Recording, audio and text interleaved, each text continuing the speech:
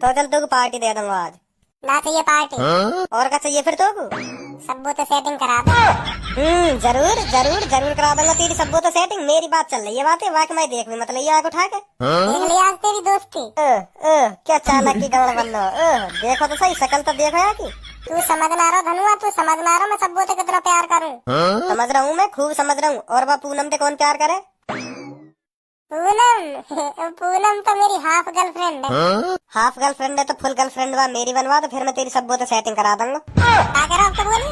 तेरी ऐसा कहने की हिम्मत कैसे हुई? कैसे हुई तेरी ऐसा कहने की हिम्मत? पूनम के बारे में एक शब्द ना सुनूं मैं, चाहे वो मेरा दोस्त ही क्यों ना सही। सॉरी बोल चल, सॉरी बोल। सॉरी न्यों का भज्जी भाई साहब, गलती है गई। अब मैं पूनम के बारे में कुछ ना बोलूंगा। बोले ना बोले दम एक कनपटी पे। सॉरी भज्जी भाई साहब, सॉरी। बाइक चलाओ, बाइक बाइक गिर जाएगी नहीं। चल माफ कर दे रहा हूँ, माफ कर दे रहा हूँ। तो आज के बाद ऐसा मत बोलियो।